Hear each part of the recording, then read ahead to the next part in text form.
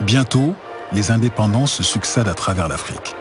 Le poète Senghor, devenu président du Sénégal, accueille en 1966 le premier festival mondial des arts nègres. Tout ce que le monde noir compte de créateurs se retrouve à Dakar. Les jazzmen américains et les ballets Dogon. Les sculpteurs sénégalais comme les peintres brésiliens. Le premier résultat de ce premier congrès de 56, c'est la préparation du festival. C'est l'idée d'abord du festival des arts nègres à Dakar en 66, 10 ans après.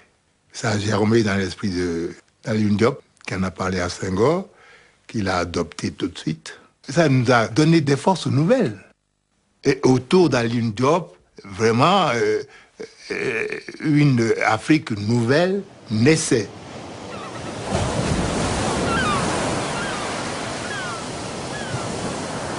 Et en avril, il souffle à Dakar un vent qui vient de la Mauritanie. Et on appelle ça l'harmattan, qui vous fendit les lèvres le matin. Et ce matin d'avril à Dakar était d'une douceur. Le soleil ne tapait pas, ne cognait pas. Le soleil devenait poète, participait à ces retrouvailles timidement. C'est beaucoup plus tard qu'il atteignait le zénith.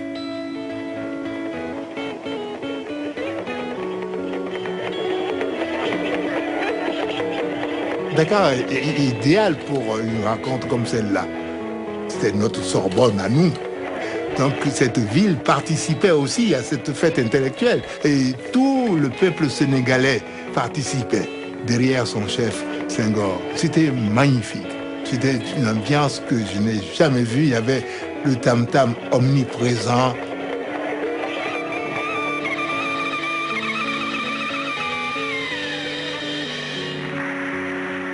Et le discours inaugural de Malraux, qui disait que c'est la première fois qu'il voyait un chef d'État prendre en main le destin culturel d'un pays.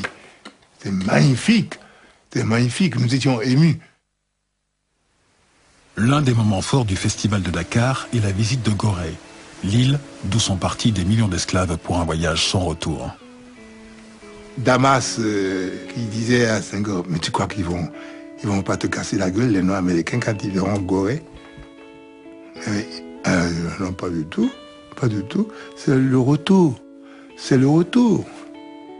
Les délégués américains et antillais revivent avec émotion la réalité de l'esclavage.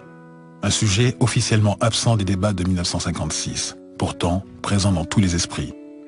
Un demi-siècle plus tard, la question de l'esclavage persiste, mais elle n'est plus taboue.